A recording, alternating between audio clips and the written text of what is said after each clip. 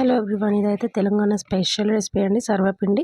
First బియ్యం పిండి తీసుకొని దాంట్లో జీలకర్ర, నువ్వులు, కరివేపాకు, కొత్తిమీర, ఉల్లిగడ్డలు వేసుకోవాలండి. ఆ తర్వాత కొంచెం ఉప్పు, టేస్ట్కి సరిపడేంత కారం వేసుకోవాలి. అల్లం వెల్లుల్లి పేస్ట్ వేసుకొని బాగా మిక్స్ చేసుకోవాలండి. మిక్స్ చేసుకున్న తర్వాత సరిపోయే వాటర్ వేసుకొని మంచిగా కలుపుకోవాలి. పిండి మంచి కన్సిస్టెన్సీ చూసుకొని కలుపుకోవాలండి. కలుపుకున్న తర్వాత మనకు ఒక ఉండలాగా రావాలండి. అలా వచ్చేంత వరకు చూసుకొని కలుపుకోవాలి. తర్వాత ప్యాన్ తీసుకొని దానికి ఆయిల్ అప్లై చేసేసుకొని మనకి ఎంత కావాలో పిండి ముద్ద అంత తీసుకొని దాన్ని ఇట్లా స్ప్రెడ్ చేసుకుంటూ ఉండాలండి. మంచిగా స్ప్రెడ్ చేసేసుకోవాలి. బాగా స్ప్రెడ్ చేసుకున్న తర్వాత దానికి ఇట్లా హోల్స్ పెట్టుకోవాలండి. ఎందుకంటే బాగా కుక్ అవుతుందన్నమాట లోపటి వరకు, అందుకని చెప్పి హోల్స్ పెట్టుకోవాలి.